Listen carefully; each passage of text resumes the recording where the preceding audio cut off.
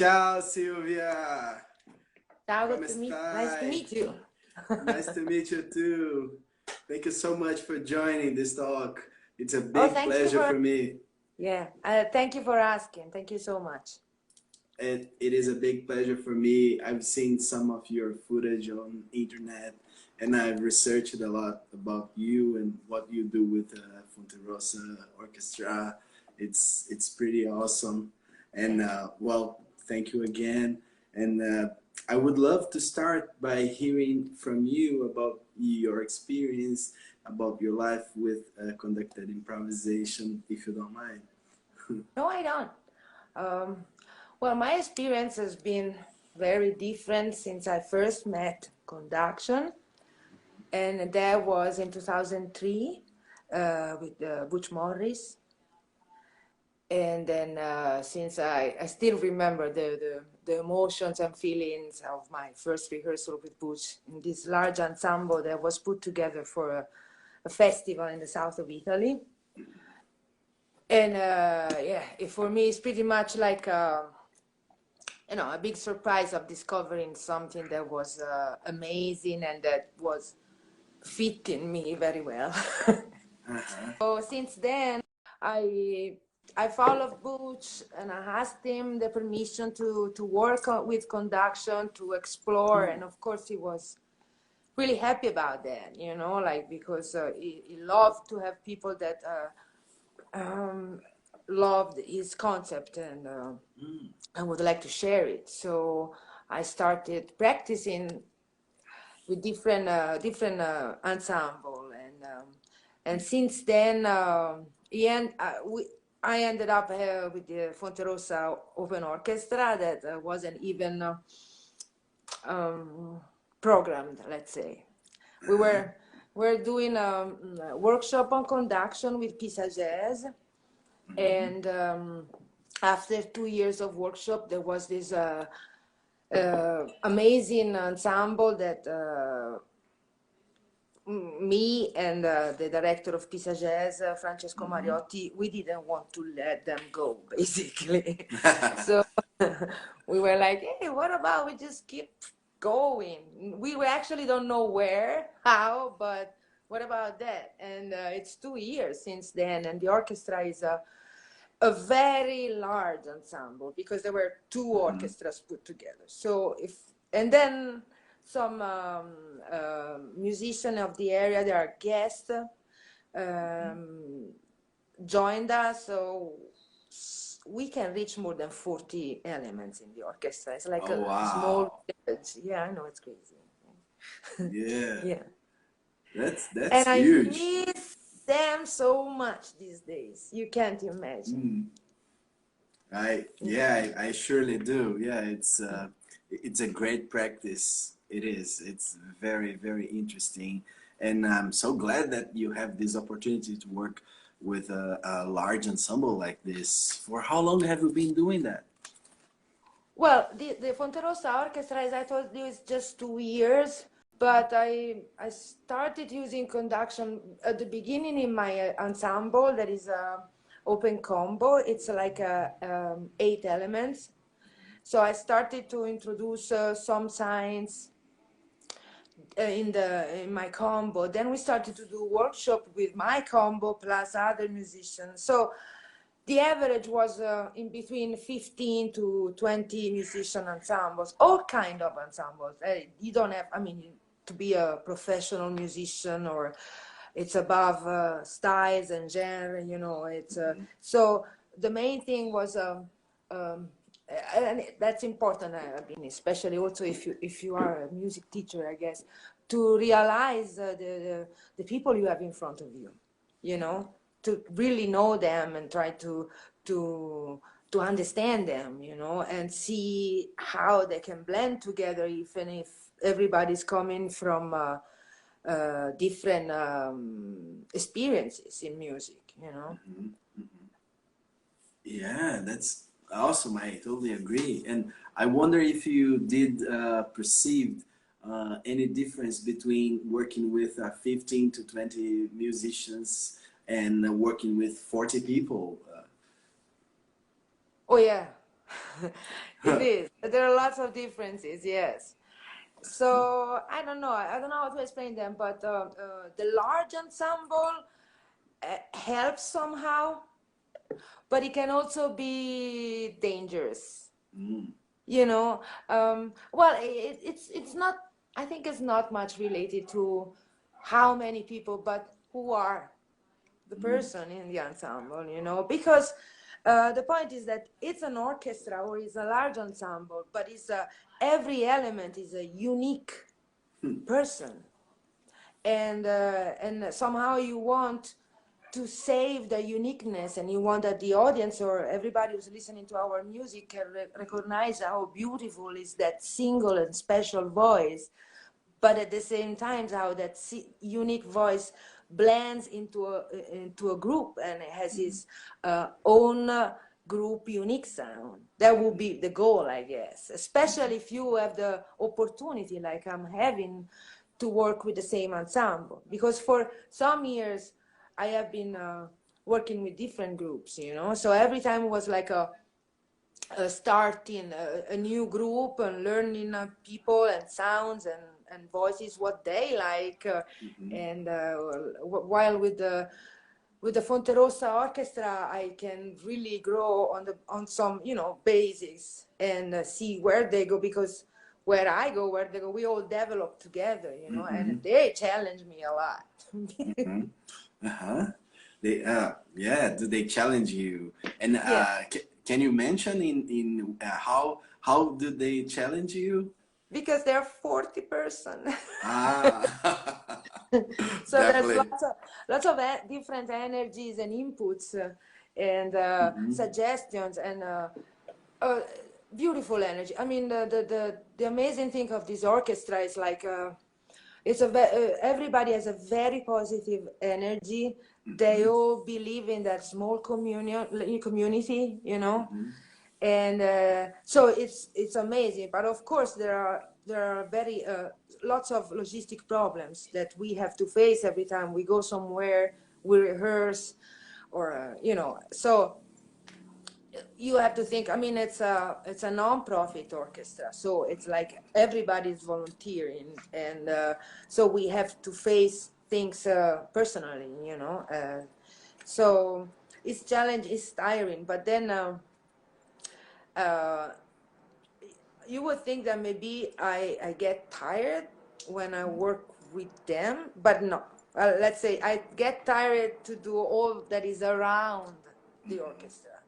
But when we perform, because they give me so much energy, actually, I might not sleep for a week after a concert. I completely understand. Yeah, I feel the same way. Yeah, it's great. Great to hear you talking about those challenges, because I perceive the same thing, and it's great to hear that. And well, one question that I would like to ask you is yesterday I was talking to Graham Haynes, and he was saying about the conductor as a channeling person for you know, the group of people. And because you were saying about, you know, individuals and their personality, and how do you see, you know, the role of the conductor between those many personalities within your orchestra? I agree with Graham. Um, we are a channel, a bridge. Um, we have to be very awake, and our ears have to be super open, because you know, every musician is an improviser and is actually giving material to the band, the orchestra, and the point is to get the material and grab it, understand it, give it to the others, share it, and let the others, you know, transform it and become a form, a piece, and so it's pretty much about listening and connecting. Although sometimes the people in the orchestra, they connect to each other I mean, I feel like in these 2 years the orchestra has grown a lot as an independent. Every musician has as an independent improviser. So because I mean we practice as much as we can, and we learn more about each other, and also to understand each other and how to develop. I'm more like there, like, you know, directing the traffic. Hey, he said so. What about that? You know, like, yeah, I think that channel is okay. Yeah, channel. I agree. Yeah, I think it's a great opportunity that you have for working with, working currently and you know, regularly with this big orchestra. And I wonder if you have developed any strategies of rehearsing, any, you know, any paths, creative paths. How do you rehearse with them? You just come and play, or do you have any strategy for? Well, we are kind of trying to put together pieces. So we do rehearse also on some material to develop, and depends what we're going to do. Like if it's, you know, we always have at XY this club in Pisa, and then we have the Christmas concert. So maybe we put up a Christmas song that is gonna be very weird, but like, you know, our own way, you know. And so we rehearse. I have tried different things, all kind of you know, styles. We don't really want to focus on a style, so we would rehearse about. But I think that those that really works the best are the very last minute ideas. Yeah, like because everybody's kind of excited of trying to do something we've never done. Like we were last summer, we were rehearsing and recording our record, and then the Daniele is our you know, the turntable guy that actually is a drummer. But anyway, he showed up with sunglasses that the brand was Vogue, and we ended up playing Madonna's Vogue. Just because of that, you know, and that was really fun. Like it was like, oh my God, let's do it. And I mean, it's very different, but you know, it's like we're pretty much open to everything, especially if it can be surprising and fun. We love to laugh out loud. I guess we are, because we're Italians. I don't know. We're very, yeah, have fun, you know. Yeah. Yeah, and also because I mean, every musician in the orchestra is very high level musician, but we really can't have like a rehearsal every week. That's impossible, because every musician comes from different parts of Italy. We're kind of mainly based in Tuscany, but actually there are people from Bologna, Milano, Torino. So, you know, with no money, you are not like, oh, okay, every Monday you got to be there. It's hard to say. So it's more like when we have you know, we had the appointment of the recording or a concert, then we can schedule rehearsal, and you know, we do our best, and it's fun. Yeah, it sounds pretty fun, and I love this positiveness. Yeah, it sounds very great. So I was watching some of your footage on YouTube of you conducting, and some few things intrigued me, and I would love to ask them for you. And the first one is that I saw one footage that you were conducting kind of like a score, and then developing the score and, you know, modifying. But you were using a pen as a baton, like they're conducting with a pen, and that intrigued me a lot. I would love to hear what you have to say about that. Well, I have never had a baton. I had a good friend, a musician in my octet, that actually built me a baton, but I do keep losing it. I mean, not really lost completely. It's like somewhere, and so I grab whatever I find. Usually pens are around, so I'm not very funny. I love the pen. Well, yeah. I should have a button. Well, okay. No, I love the pen. think we it's your have style? I mean, especially with the, but I guess, yeah, with the orchestra, but also anytime I have had the opportunity to conduct, I use this, most of the signs that I use are from Butch signs. And then I use like, you know, I can't find the word, you know, like signs that are written. Oh, this is just a cue. Most of them have a style, like Afro, Latin, funky, you know.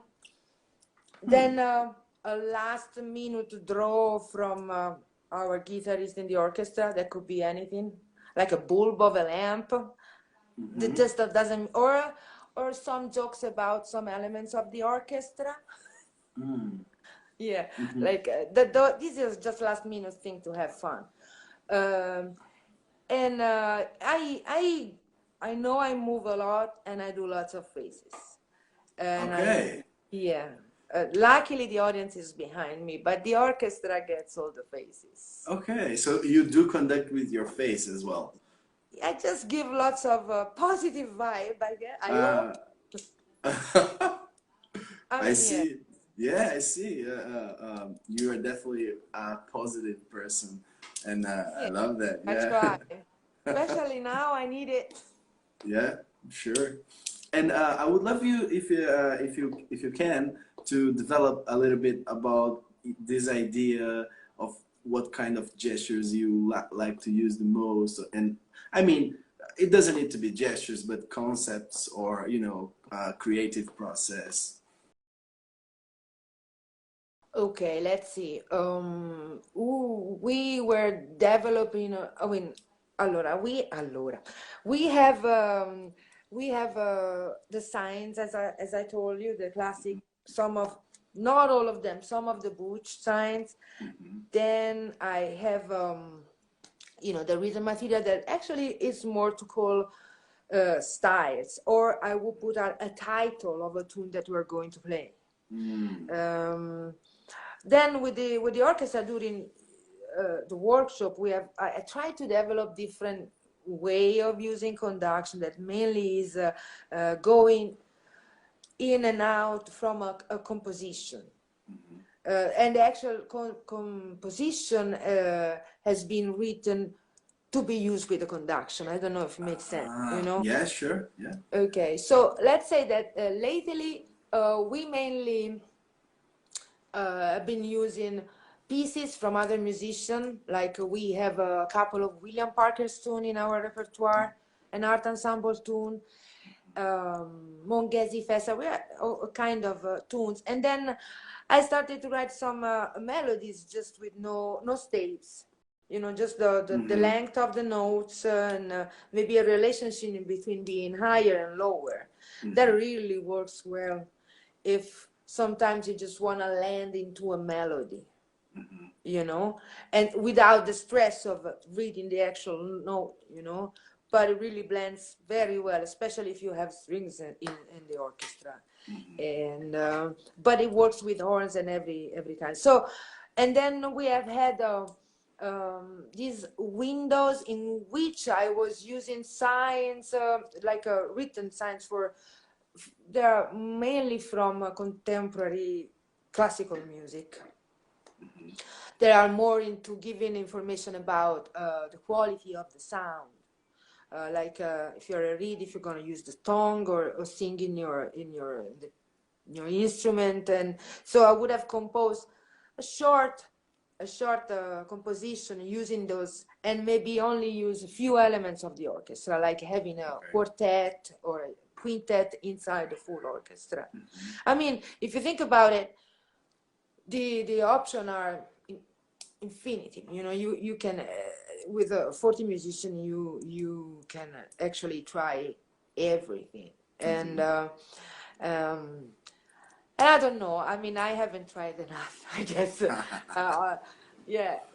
But also one of my biggest stress when we perform, it's like I want to leave the concert that I know that everybody had a chance to give his thing. So let's call it a solo, but it doesn't really have to be a solo, but at least to have his moment in which he's giving his own material to the orchestra. That could be to a solo with a comping, or it can be just a solo, like all alone, you know. That's the main stress, especially when there is the full orchestra, and after a while you're like, oh my God, did I remember? Did I forget? Or, you know, that's my main stress. Let everybody have a chance to talk with his own voice and ideas. Yeah, nice. And still talking about stress and frustrations, do you think that something else can go wrong on stage? Something can, you know, something that get you frustrated or something like that? No. Nothing. Well, the thing is, well, unless there is, you know, something that falls on top of me, or something happens to the musician, they fall. But the point is that it's improvised music, and the goal is also receive. I mean, whatever is happening is the reaction to that. You know, it doesn't matter if it's going to be amazing but it's just reacting to whatever is happening, you know. And since it's improvised music, nobody's expecting you to be perfect, or they know the tune. They don't know. You know, the tune is happening right now. Nobody knows. We don't even know, you know. So I would say I feel actually very, very comfortable, and always say to the musician, no matter if it's the Fonterosa or other musician, that nobody's going to be wrong. Maybe I'll be wrong, because sometimes I think I want to do a sign and my hands just do something else, you know. Okay. And I'm like, and that, you know, it's a lot of information that are happening, you know. And I think maybe I have an idea of course I have an idea of the material, because maybe we have rehearsed some heads and stuff, and maybe I know which tune I want to hand with, but it's everything is happening right then, so you really have to be bright, you know, and ready, and so it's my head goes really fast, and I know sometimes I do mistakes, like I do a sign instead of another one, and the beautiful part is that the people in the orchestra would be just smiling at me. I mean, if they don't understand because I did a mistake, we will do another one. You know, we that's part of improvisation, I think. Yeah. Actually, mistake can be really important to go somewhere else. Agree. Yeah, totally. And well, you mentioned those compositions you do, and I read in your bio that you were calling them by non-conventional compositions, or something like that. Am I right? Am I talking? Yeah, because the workshop we do in Pisa, the beautiful city of Pisa, is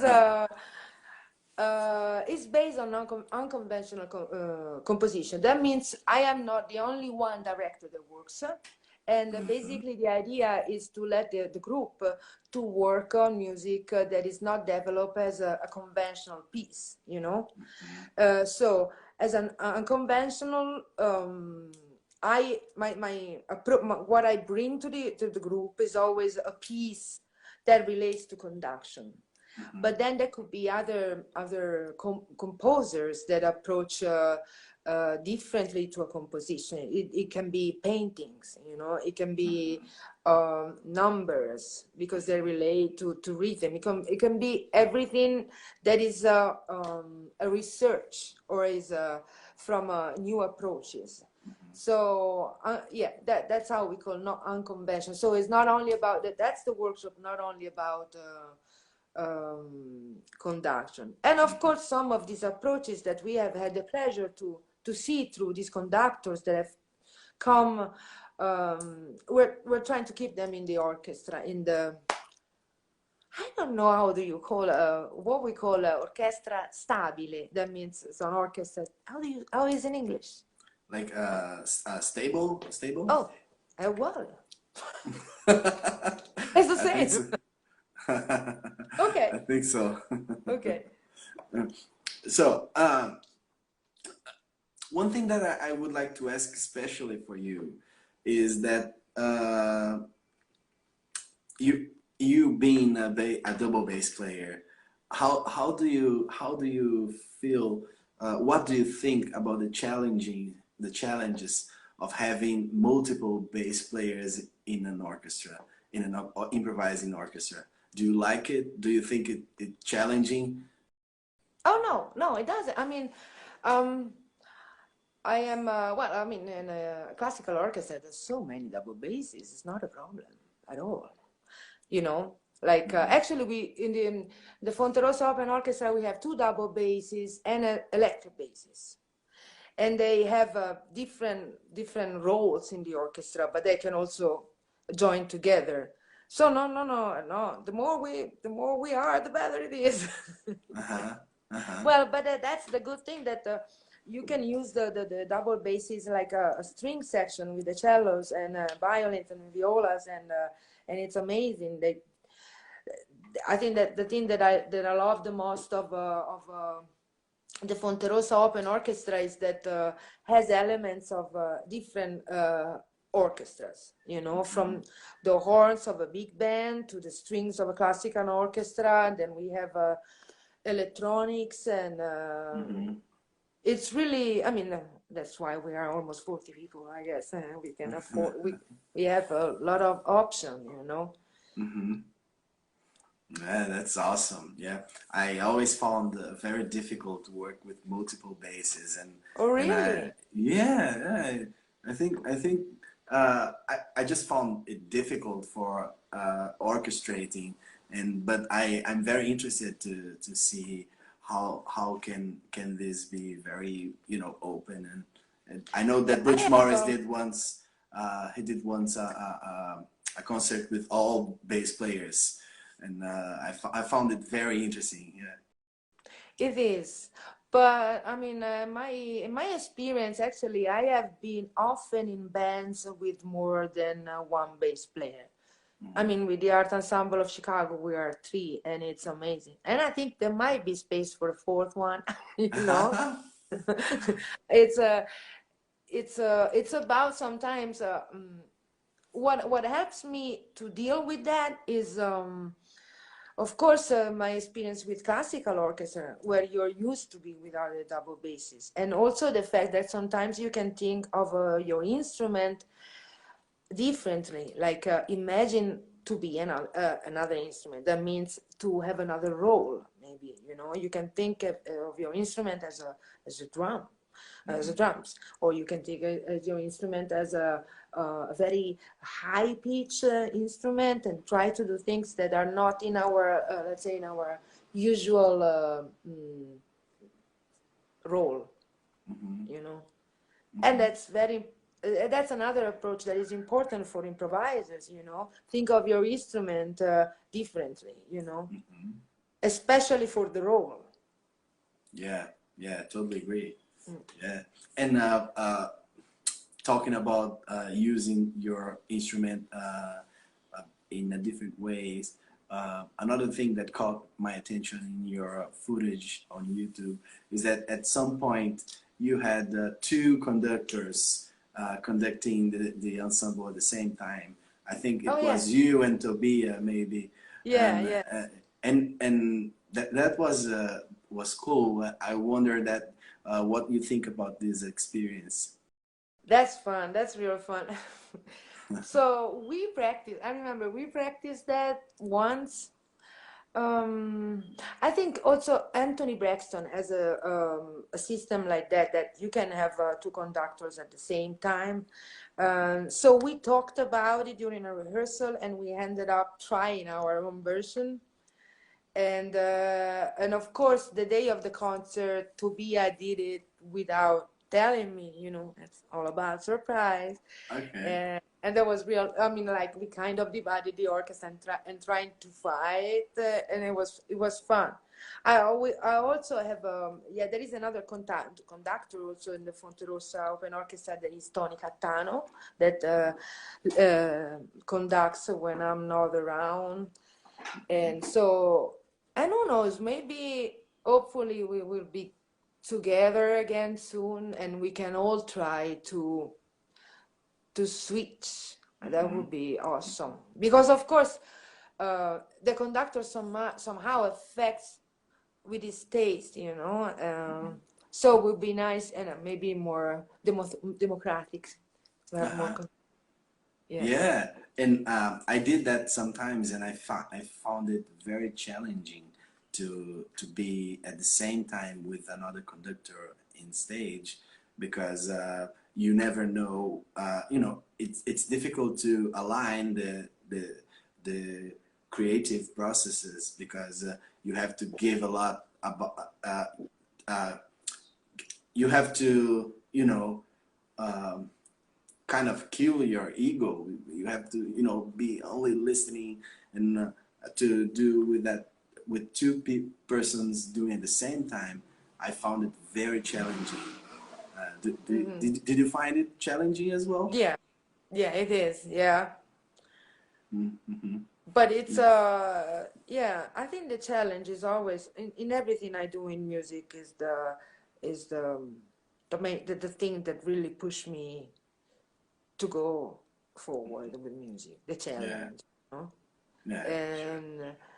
And of again this big element of surprise, the unpredicted, is about reaction, and it's about improvisation, you know. So I think the more we should do more as a two conductor, but always switch the people who are conducting, so it's more unpredictable. And there would be so much to do. There would be so much to do, and I know also Butch was still looking forward and looking for something new, trying something new, and he hasn't even tried all he thought about, you know. Yeah, I see.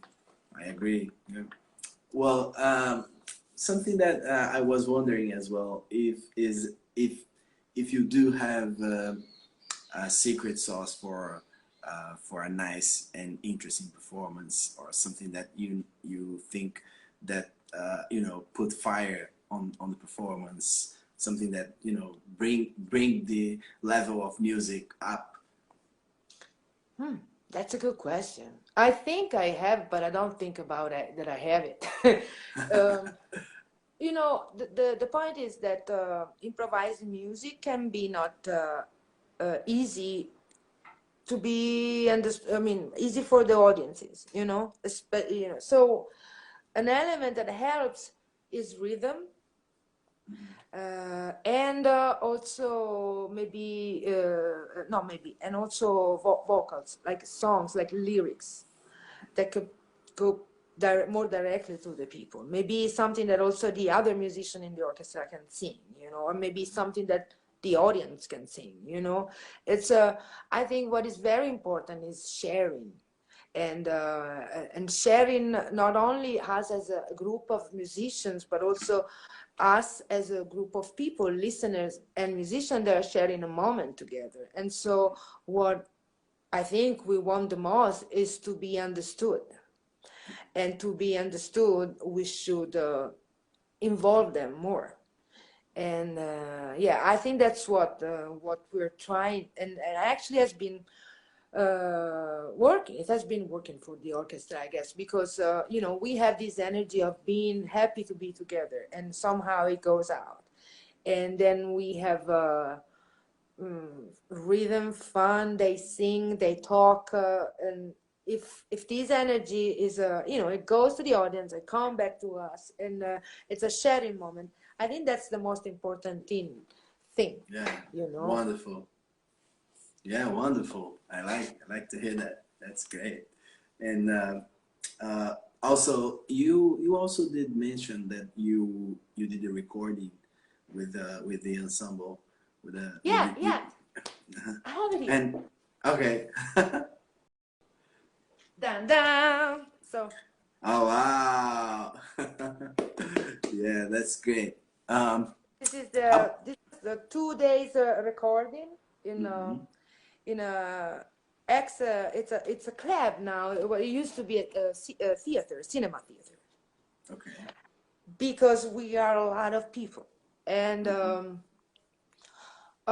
so it's 2 different days, and some of the musicians, well, almost it's the orchestra, both of the meetings, but some people were missing in one. But at the end of it, everybody is in the recording, and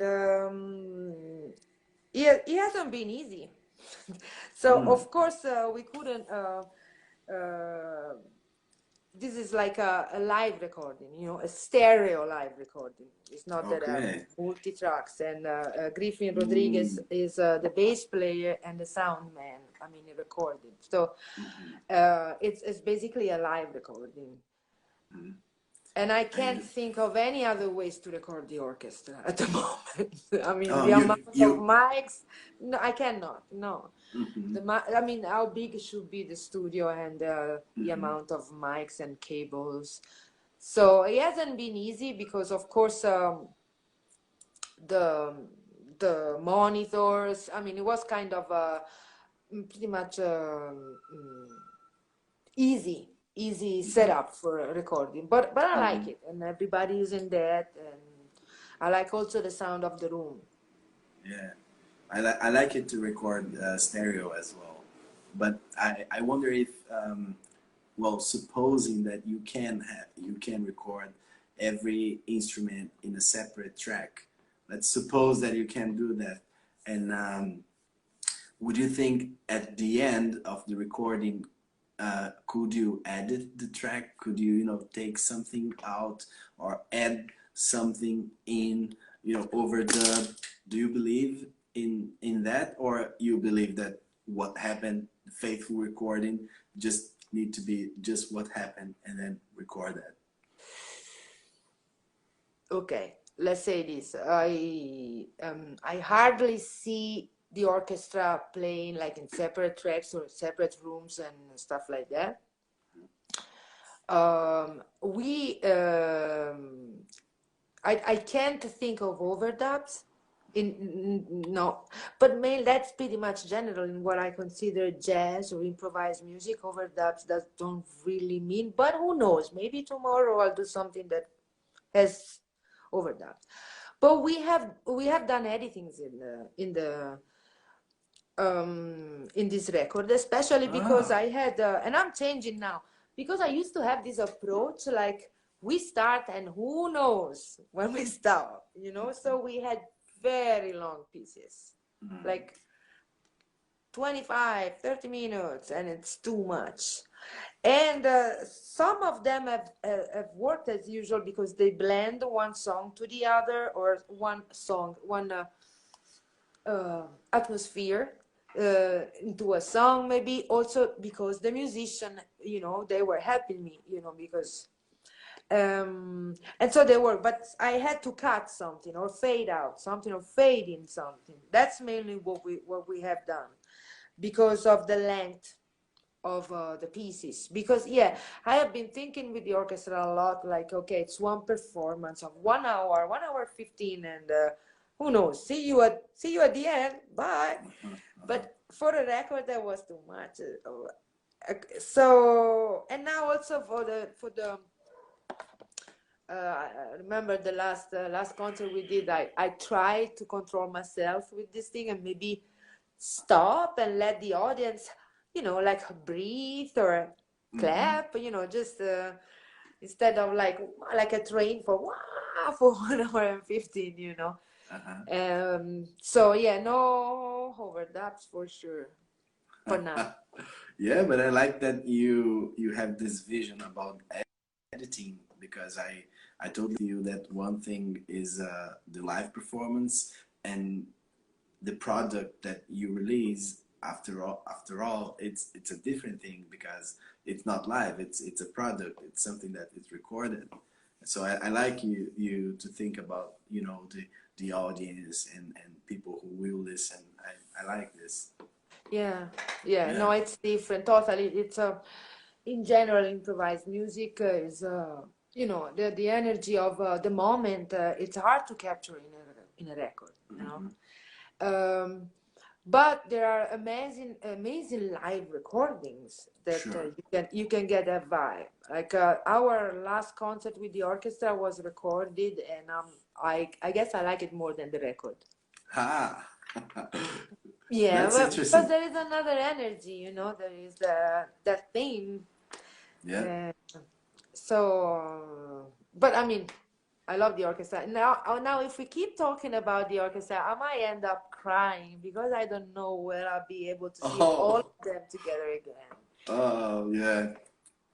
Yeah, Yeah. yeah, it's sad, but well, at least you're thinking about them. Oh my God, yeah. Oh yeah, I do. So I would like to, open for questions from whoever is watching, and you have already one first question from my friend Benjamin, and Oh, he's wow. asking if can they take key changing initiative together, or do you sign key change? Oh yeah. Well, sometimes we decide before the show in which key we're gonna do. You know, if I call like a funky, they already know they're gonna be, oh, that we're gonna do that in D. Okay. But when we don't have those organization before, um, everybody can take the key they want. We just have to. They just give us time to realize which key is it. I mean, and we might not even decide to join the key. That's the point. It's not mandatory unless we decide before that we want to do some pieces. I mean, it doesn't have to be in a key, in a specific key, you know. So Okay, that's interesting. So another question from Graham Haynes: what town ciao. are you based, and what town are you from, and where are you based? Oh, so I Yeah. am from Siena. That is basically being like I'm from the Middle Age, straight, and I am still based in Siena. At the moment, I am in Siena, but I also live in Livorno, still in Tuscany. But Livorno is on the sea, on the west coast, and it's very close to Pisa. But I'm from Siena. At the moment, during this quarantine, I'm luckily in Siena, and because I am in the woods, and the countryside really helps. That's nice. Does anyone has any more questions? Please drop out in the comments. And Silvia, can you share one story, something that you bring in your heart for? Sorry, I was distracted by a question. What? Can you repeat the question? Yeah, sure, no problem. So I mean, it's not a question. It's just I just want to ask if you can share one story that you bring in your heart, something that first thing you remember when you think about conduct improvisation. Well, I think of Butch. I mean, conduction for me is Butch. Is what is the person that um, taught me this amazing system and also the amazing idea that is behind it, you know. And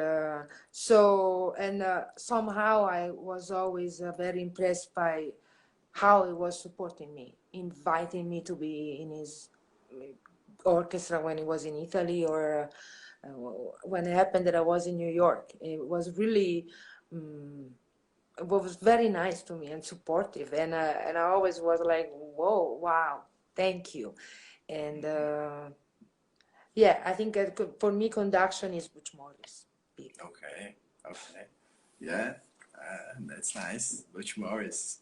And Pizza Jazz just wrote question for Silvia. Can we invite Ad hoc and Pizza and then go with Fonte Rossa to Brazil? For sure. Yeah. If you want to come, please talk to me. I will do anything that I can to help you come. That would be cool. All right. So let me see. I have one last question for you, which is I always think conducted improvisation as a social practice. I always think it goes beyond music, and you were talking about community, creating a community. And for sure, that's what I'm trying to do with those lives and to interact with all those people. And I think this goes far beyond music, and it can help society to improve how they relate to, how people relate to themselves. And I would like to hear from you, what do you think about this? I totally agree. Like, I mean, music is part of the society, and it has always been, since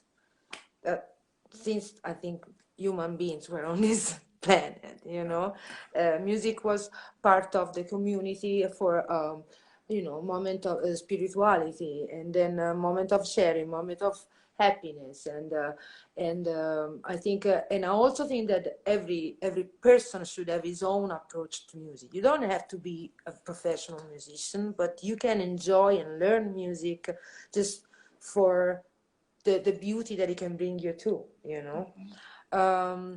what and then going back to Butch, what I really like when I first was in the orchestra in Italy, was like the fact that everybody has the same way, no matter how professional you are.